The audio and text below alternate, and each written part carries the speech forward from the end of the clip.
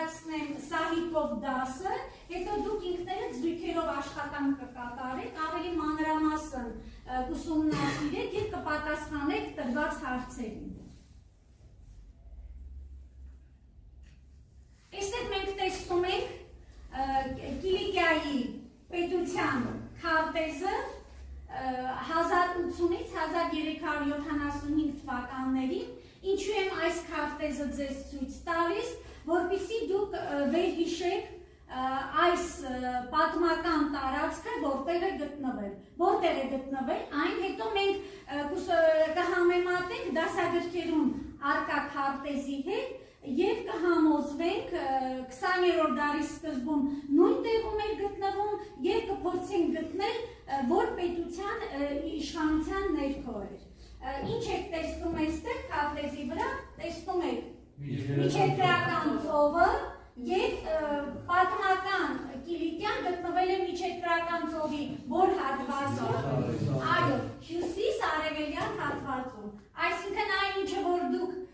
թվեցիք Կիլիկիայի հետ կապված ճիշտ է, սա միջերկրական ծովն է, սա հյուսիս-արևելքը, իսկ Դիանան ասեց նաև փոքր Ասիայի որ հատվածում էր գտնվում,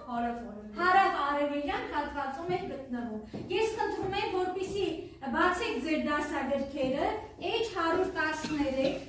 և H113-ի քարտեզով, դասագրքերում առկա քարտեզով, փորձենք գտնել Կիլիկիայի տեղը։ Գտաք։ Այո։ Ահա համոզվեցիք Օսմանյան կայսրության տարածքում։ Շնորհակալություն, որ կարողացաք ձեր դասագրքերում առկա քարտեզի հետ համեմատել պատմական Կիլիկիայի տարածքը։ Հիմա տեսնենք առաջին աշխարհամարտի տարիներին ինչ նպատակներ ունեն և ինչպես էին ռազմական գործողություններին կիլիկիահայերը։ Կիլիկիահայերը մասնակցեցին ռազմական գործողություններին կամավորական շարժման միջոցով։ Այստեղ տեսնում եք Լոնդոնում 1916 թվականի հոկտեմբերի վերջին Սայքսը, Պիկոն և Պողոս Նուբարը պայմանագիր են, համաձայնագիր են կնքում արևելյան լեգիոն կամ հայկական լեգիոն ստեղծելու մասին։ Դրանք լինելու էին հայ կամավորներ և մասնակցելու էին առաջին աշխարհամարտի ռազմական գործողությունների։ Հիմնականում նրանք մասնակցելու էին Սիրիա-Պաղեստինյան ճակատում։ Այս լեգիոնի ծախսերը հոգալի էր ֆրանսիական կառավարությունը, իսկ դա նշանակում է, որ լեգիոնը կազմում կմասնակցի հենց ֆրանսիական զորքերի կազմում։ Փորձենք վերհիշել ովքեր էին Սայքսը, Պիկոն, Նուբարը, հիշում եք դիվանագետներին, Սուսաննասը, օրինակ Սայքսը ով է եղել անգլիացի, Պիկոն ֆրանսիացի դիվանագետ է եղել, իսկ Պողոս Նուբարը Եգիպտահայ մեծահարուստ, որ պատվիրակության ղեկավարն է, ազգային, այո, և ներկայացնում է ում շահերը, հայության որ հատվածի շահերը,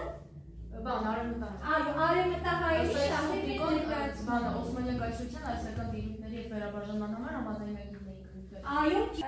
այստեղ մենք տեսնում ենք արևելյան լեգիոնը բաղկացած էր հայ կամավորներից, մասնակցելու էր ռազմական գործողություններին և տեսնենք իրոք, որ ճակատամարտի ժամանակ է այն լուրջ մասնակցություն ունեցել։ Աչքի ընկեք 1918 թվականի սեպտեմբերի 19-ի Արարայի ճակատամարտում, դուք ունեք նաև ձեր ձեռքի տակ ատլասներ, խնդրում եմ բացեք ատլասների H30-ը և փորձենք գտնել արևելյան լեգիոնի անցած մարտական ուղին։ Կարող ենք մենք ատլասի պայմանական նշաններից օգտվել, եթե նկատում եք մի փոքր բաց կապույտով ներկայացված է արևելյան լեգիոնի տեղափոխումը ռազմաճակատ, որտեղից է տեղափոխվում H30-ն ենք բացում Միքայել ջան, խնդրում եմ այստեղ H30-ը որտեղից է տեղափոխվում, այո, Կիպրոսից տեղափոխվում է նկատում եք ինչ ճանապարհ է այն անցել։ Կիպրոսից հենց ֆրանսիացիների աջակցությամբ տեղափոխվում է, նրանց ճանապարհը Կիպրոսից ուր է հասել։ Ահա այդտեղից ուր է գնացել։ Շրջանցել են Եգիպտոսը եւ մասնակցել են որ ճակատամարտին։ Արարայի ճակատամարտին։ Բերեք նորից պայմանական նշաններով, շագանակագույն երկու սլաքներով գտնում ենք Արարայի տեղը, գտակ տեղը Արարայի։ Երուսաղեմից մի քիչ վեր։ Ահա, շատ ճիշտ է։ Եվ ես ձեզ ասեմ, որ այս ճակատամարտում հենց Արևելյան լեգիոնի խիզախության շնորհիվ էր, որ ֆրանսիացիները կարողացան այս ճակատամարտը հաղթական ավարտին հասցնել, հաղթել են այստեղ եւ ինչ կատարվեց արդեն 1918 թվականին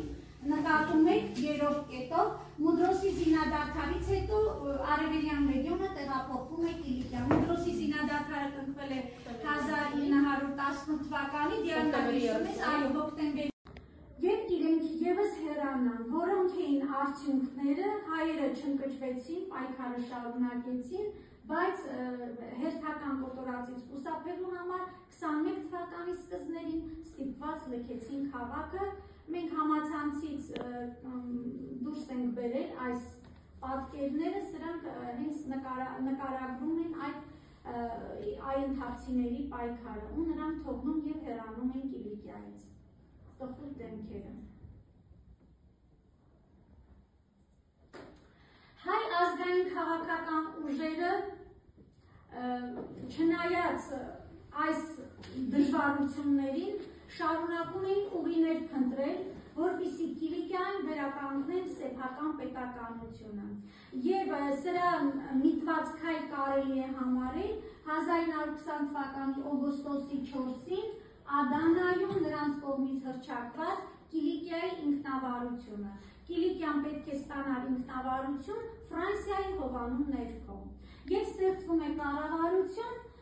ազգային պատվիրակության Կիլիկիայի լիազոր ներկայացուցիչ Միհրան Տամատյանի գլխավորությամբ, այստեղ մենք տեսնում ենք հենց Միհրան Տամատյանի նկարը, լուսանկարը,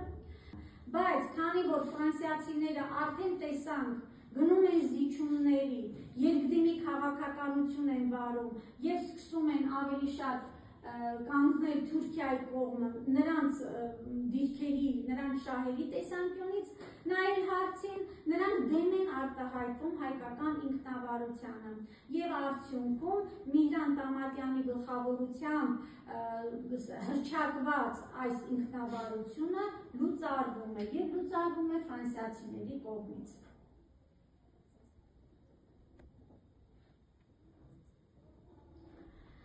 Ինչպես լուծվեց Կիլիկիայի հարցը։ Կիլիկիայի հարցը լուծվեց 1921 թվականին հոկտեմբերի 20-ի Անկարայի պայմանագրով։ Անկարայի պայմանագրով, որը ֆրանս-թուրքական պայմանագիր է, հայաթափված Կիլիկիան հանձնվեց Թուրքիային։ Եվ անպաշտպան մնացած Կիլիկիահայերի վերջին բեկորները ստիպված էին արտագաղթել։ Նրանք արտագաղթում են, ինչպես տեսնում եք, Եվրոպա և արաբական երկրներ, և մինչև 1923 թվականի սկիզբը Կիլիկիայից հեռացան մոտ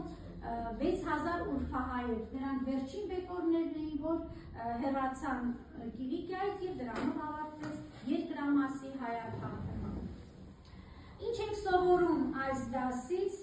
և ինչ նշանակություն ունեցավ Կիլիկիահայերի ինքնապաշտպանությունը։ Կիլիկիահայերի հերոսական դիմադրության շնորհիվ հնարավոր եղավ նրանց մի մասին խուսափել ցեղասպանությունից։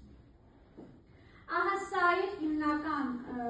դասը, որ ես փորձեցի Սահի Կաշարի միջոցով ներկայացնել։ Հիմա խնդրում եմ, որպեսզի դուք զույգերով աշխատեք, նորից մեկ անգամ ևս ընթերցեք դասը և ես ձեզ կուղարկեմ հարցեր, փորձեք պատասխանել այդ հարցերին։ Ձեր ուշադրությունն եմ հրավիրում Padlet հարթակին, դուք արդեն ստացել եք հղումը, մենք կփորձենք դասը ամփոփել, կշռադատել ձեր սովորածը ուստ աղյուսակի միջոցով։ Մենք սովորաբար աղյուսակները կամ լրացնում ենք մեր տետրերում,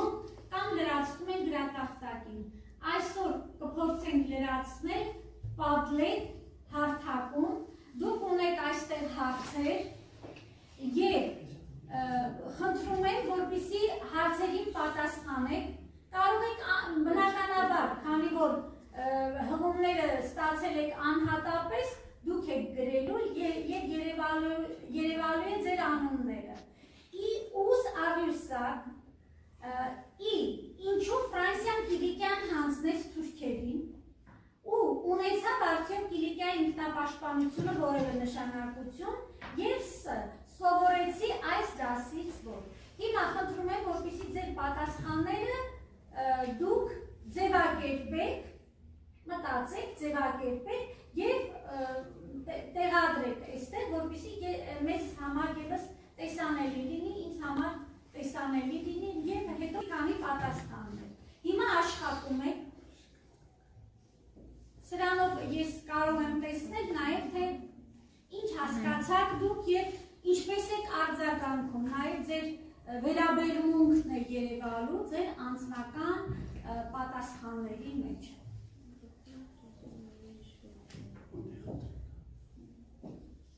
Գրեք դասկաններ։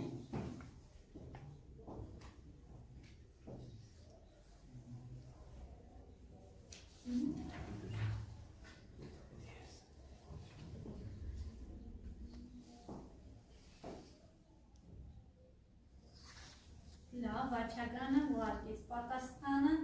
Ունեցավ արդյոք Կիլիկիայի ինքնապաշտպանությունը որևէ նշանակություն, վաճառական կարող ես ներկայացնել պատասխանը։ Այո, քանի որ այի մնացած մասը որ ոչ է մնացել, հուսապես դասմանություն է։ Շատ լավ։ Դիանան առաջինը, ինչու Ֆրանսիան Կիլիկիան հանձնեց թուրքերին, այդ հարցի պատասխաններ տվեք, խնդրում եմ Դիանա ներկայացրու, մյուսները դեռ ակտիվ եղեք, ընթացքում գրեք, գուցե չհասցնենք բոլորի պատասխանները ընթերցել, բայց ընթացքում դրանք կմնան իմ մոտ եւ ես հետո եւս հնարավորություն կունենամ կարդալու եւ ձեր տեսակետներին ծանոթանալու։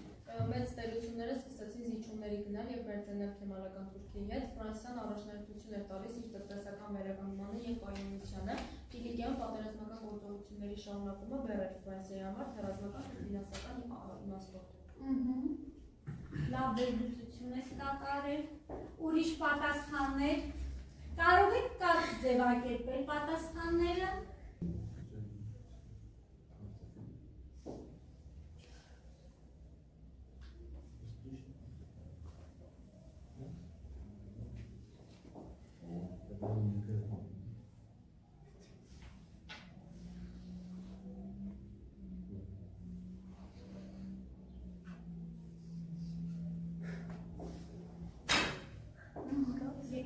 Պատասխաններ։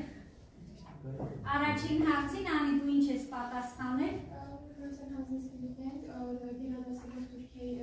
Թուրքիային իրադարձելով սեփական քաղաքական ու տնտեսական շահերը, դա պայմանավորված էր թուրքական ուժի աճով եւ պատերազմի խուսափելու ցանկությամբ, այս որոշումը ցանկացած ունեցավ հաշվարկի համար։ Լավ, հետաքրքիր է սեփական շահերը հաշվի առավ, այո։ Եվ ի վերջո ինչու է հայերի համար իր հարաբերությունները վատացնում օրեցօր ուժեղացող Թուրքիայի հետ։ Լիլիթ, դու ինչ ես գրել։ Ֆրանսիական քաղաքականությունը սկսեց իր երկդիմի քաղաքականությունը վարել, քեմալականները դուրս մղեցին հայերի Կիլիկիայից։ Լավ։ Հիշում եք հասարակագիտությունից մենք մի դիվանագետի խոսքեր ուսումնասիրեցինք, Պալմերստոնի խոսքերը, որը ինչ էր ասում, Անգլիան ինչ չունի։ Մշտական թշնամիներ եւ մշտական բարեկամներ։ Անգլիան ունի մշտական ինչ շահեր։ Մենք այս դասից ինչ ենք սովորում, որ պատմական բոլոր ժամանակներում պետք է հաշվի առնել քո ազգային շահը, քո շահը, չէ՞։ Եվ այն պետությունները, որոնց հետ մեր շահերը համընկել են, նրանց հետ պետք է ինչպիսի հարաբերություններ պահել։ Բարեկամական եւ գործընկերային հարաբերություններ պահել։ Այսինքն մի խմբի չառանձնացնել, չֆետիշացնել եւ չմտածել, որ այն նրանք կգան նրանք մեր փոխարեն կկրվեն, նրանք մեր այս խնդիրը կլուծեն, այն խնդիրը կլուծեն։ Եվ մի ուրիշին, որը էլի մեր կողքն է կանգնած, մեր հարևանությամբ է գտնվում, շատ չթերագնահատել այդ ուրիշ պետության կշիռը միջազգային հարաբերություններում, որովհետև ի վերջո փոքր ազգերը, փոքր պետությունները միշտ էլ գտնվում են մեծերի խաղերի միջև եւ շատ պետք է խելացի քայլեր անել, կշռել ամեն քայլը, որպեսզի պահել բալանսը, հավասարակշռությունը